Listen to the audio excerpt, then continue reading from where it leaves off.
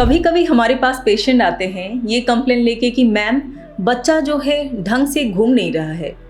तो जब clinically examine करते हैं हम लोग, उसमें क्या मिलता है, जो बेबी बम्प है उसका साइज बहुत छोटा लग रहा है। अल्ट्रासाउंड का एडवाइस किया जाता है। अल्ट्रासाउंड में पता चलता है कि बच्चा यूट्रस के अंदर ढंग से बढ़ नहीं रहा है और उसको मेडिकल टर्म में बोलते हैं इंट्रा यूटेराइन ग्रोथ रेस्ट्रिक्शन।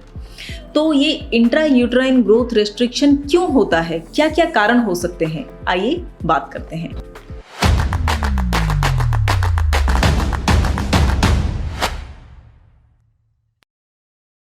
जो सबसे इम्पोर्टेंट पॉइंट है इंट्रा यूटेराइन ग्रोथ रेस्ट्रिक्शन का, वो है प्लासेंटल एब्नॉर्मलिटी। प्लासेंटा मतलब अमलनाल।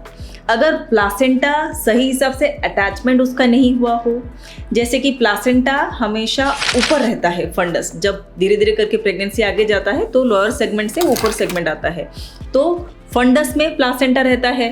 अगर प्लासेंटा का अटैचमेंट ऊपर ना होके नीचे हो तो वो केस को बोलते हैं प्लासेंटा प्रीविया।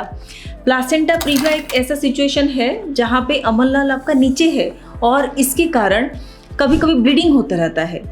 तो ब्लीडिंग अगर प्रेगनेंसी में हो रहा है तो फिर बच्चे को ब्लड सप्लाई नहीं हो पाएगा, क्योंकि प्लासेंटा के थ्रू ही बेबी को ब्लड सप्लाई होता है। तो प्लासेंटा का किसी भी एब्नॉर्मलिटी हो, इनसफिशिएंसी हो, तो फिर बेबी को ब्लड सप्लाई ढंग से हो नहीं पाता और बच्चे का ग्रोथ ठीक से नहीं हो पाता।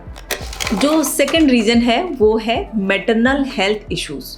अगर माँ को प्रेगनेंसी के दौरान कोई हेल्थ इश्यूज हैं, जैसे कि हाई ब्लड प्रेशर है, डायबिटीज़ है या फिर किडनी डिजीज़ है, तो ऐसे सिचुएशन में भी बच्चा का ग्रोथ ठीक से हो नहीं पाता और इंट्रा यूटेराइन ग्रोथ रेस्ट्रिक्शन होता है। और एक फैक्टर है जो बहुत ही कॉमन है, वो है न्यूट्रिशनल डेफिशिएंसी।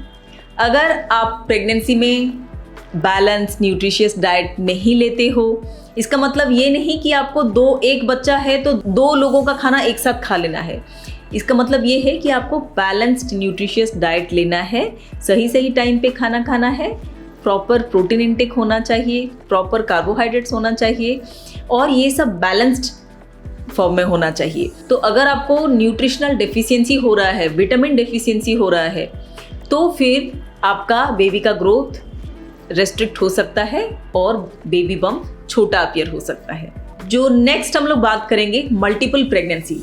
मल्टीपल प्रेगनेंसी में क्या होगा, 2 बच्चे यूट्रस के अंदर हैं या फिर 2 से ज़्यादा भी हो सकते हैं। तो यहाँ पे क्या होगा, कंपटीशन होता है रिसोर्स को लेके, कहाँ से आएगा खाना, कहाँ से कितना एनर्जी मिलेगा, कहाँ। तो ऐसे जहाँ पे कंपटीशन होता है रिसोर्स को लेके, वहाँ पे इंट्रा यूटेराइन ग्रोथ रेस्ट्रिक्शन हो सकता है।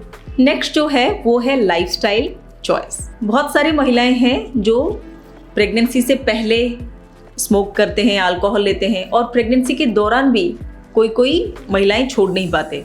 अगर आप स्मोक करते हो या फिर अल्कोहल लेते हो तो ये बहुत ही डेंजरस होता है प्रेगनेंसी के लिए। बच्चा इसमें बिल्कुल भी ढंग से बढ़ नहीं पाता, इसमें सडन इन्फेंट डेथ सिंड्रोम भी हो सकता है। तो ऐसे सिचुएशन में भी ग्रोथ रेस्ट्रिक्शन हो सकता है। इसके साथ साथ अगर प्रेगनेंसी के दौरान कोई इन्फेक्शन हो रहा है मदर को, जैसे करके कि CMV इन्फेक्शन हो गया, रूबेला इन्फेक्शन हो गया, ऐसे सिचुएशन में भी बेबी का ग्रोथ जो है वो कम हो जाता है, स्लो हो जाता है और बेबी बम्प साइज छोटा हो सकता है। और सबसे जो लास्ट पॉइंट है वो ये है कि अगर एक्सट्रीम मैटरनल एज है, अगर जो प्रेग्नेंट लेडी है उनका एज अगर 20 से कम है, यानी कि 19 साल है या फिर 40 से ऊपर हो और आप प्रेग्नेंट बने हो, तो ऐसे सिचुएशन में भी इंट्रा यूटेराइन ग्रोथ रेस्ट्रिक्शन होने का रिस्क रहता है। ये वीडियो को आप अपने सारे प्रेग्नेंट फ्रेंड्स के साथ शेयर कीजिए, जो प्रेगनेंसी प्लान कर रहे हैं उनके साथ शेयर कीजिए और आपके प्रेगनेंसी को हेल्दी बनाइए। Thank you very much.